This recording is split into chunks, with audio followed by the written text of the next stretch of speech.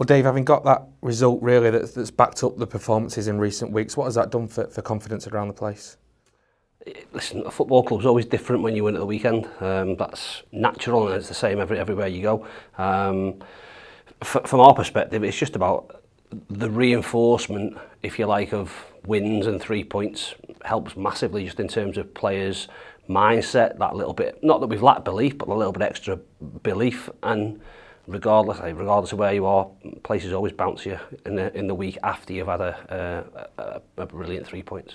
How pleased are you with the way that your players have stuck to the principles over the last few weeks? Maybe when results weren't going the way, they've stuck with it and got the just rewards on the weekend. Yeah, massive. That's something that I suppose comes from the back end of last year and was something we did really, really well. And certainly as a staff, we've been conscious of making sure that we reinforce those messages and are consistent in terms of the information that we're giving players.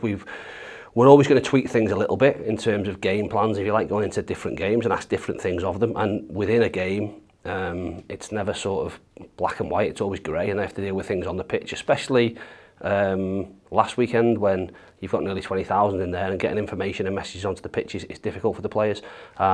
So, yeah, we'll stick to what we are. We'll continue to work hard, we'll stick to our principles, and like I said, I've been happy with large parts of performances, and let's say happily on Saturday that was a 90 plus minute performance that got us a deserved 3 points.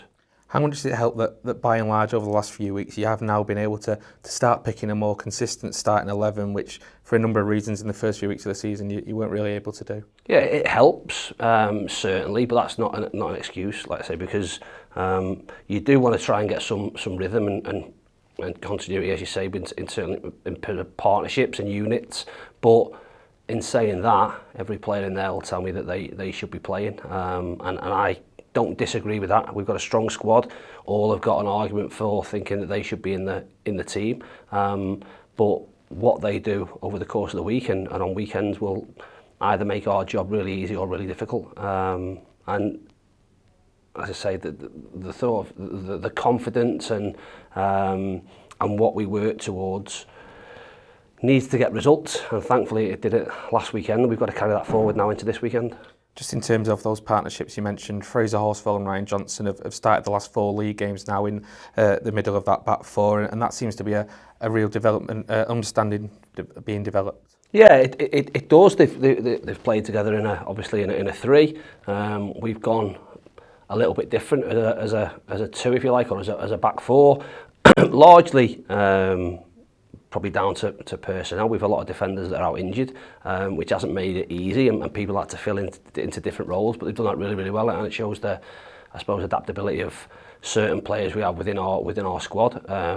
We still want to be in a situation where we have everyone fit and firing, so that we can, I suppose, even within the course of a game, change our shape in terms of how we do things without having to make substitutions. We had to do that at the weekend, which worked effectively. But ideally, if we can do that in the course of a game without having to make personnel changes, it obviously helps. I wanted to ask about Will Collar as well, who, in fairness, has looked like he's played right back all his life in the last 2 games. How is he finding that new role in the team? He's been fantastic, and it's important, and I've said this to Will. Listen, I think medium term to long term, we still see Will as a midfielder. What he's doing a brilliant job for the team at the moment in terms of filling in there and doing it in a really, really effective way. And it does detract in terms of us not having his legs and what he gave us last year in the middle of the pitch, but he's doing a brilliant job there. I have to reinforce to him that it is only short term.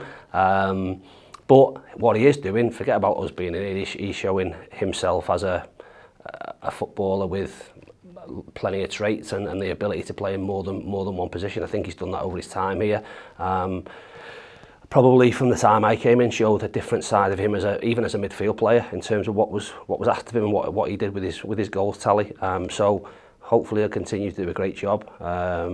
And like I say, he's putting the team before himself, certainly into the position he wants to play, but he's doing it brilliantly. In terms of availability this weekend, you said last week you were hoping to have some players back on the grass this weekend. Where's everyone up to? Yeah, probably not as many as we potentially thought. Obviously, Chris Hussey came on for the last 10 minutes, to be honest.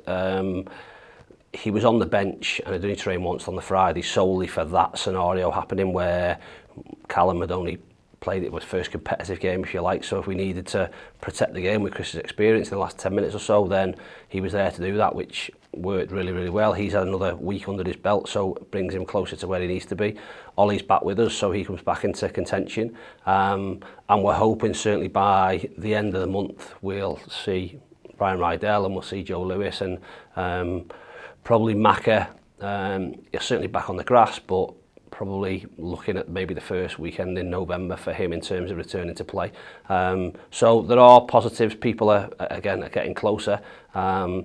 It helps in terms of our perspective if we're picking up positive results, because then we can be and we have not many players injured, because we can be, I suppose, a little bit more protective and not be forcing things and rushing people back when maybe we might not need to. It's funny how that mentality can shift so quickly after a positive result. All of a sudden you've got that win, you've got players returning from injury, and it seems that things seem just a little bit brighter.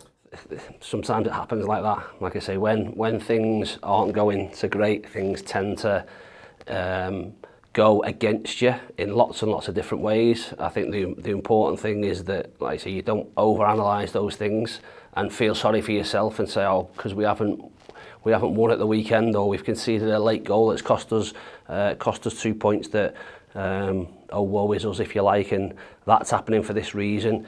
Things happen. There's so many different things happen over the course of a season. They're there as challenges, but that only makes you stronger, and those experiences, good or bad, will make you better further down the line.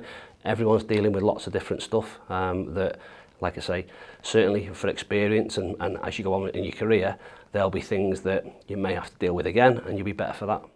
Just looking at Saturday, you're coming up against a Grimsby side that you know all about from last season, of course, an incredible playoff campaign to secure promotion.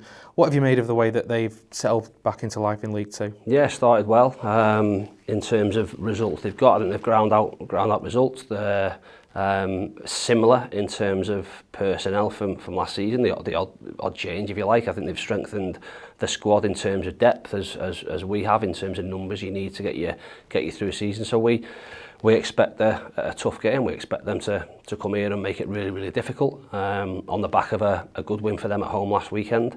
But we've got to back up what we did and really try and develop that as much as possible.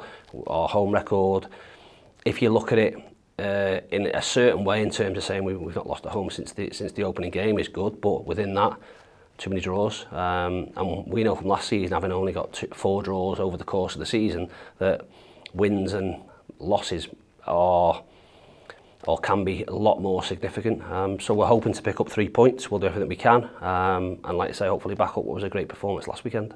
And just finally, when you're looking ahead now, 3 of the next 4 league games are at Edgeley Park starting this weekend. You spoke about last week needing to be a springboard now going forward, and you've got a great opportunity to build on that now. We've started, like I say, we've had a meeting as a staff and as a group, and that first 10 games I suppose we review and reflect of where we're at and where we wanted to be, and we looked at the next 10 games. We've started those 10 games with a win and a draw. Probably could have been 2 wins, but over the course of October, with the amount of games we have, and the 10 games takes us into December with the FA Cup kicking in, it is an opportunity. We know, or we have I've said before, a points tally that we think will put us in a place that we want to be, and we've got to do everything we can. But ultimately, over the next 8 games, if you like, in terms of league fixtures, we want to try and be unbeaten. We want to try and win as many games as we can, and that'll certainly put us into a good position and a good place mentally going into the December and Christmas period. Listen, thanks for talking to us, and good luck on Saturday. Cheers, thank you.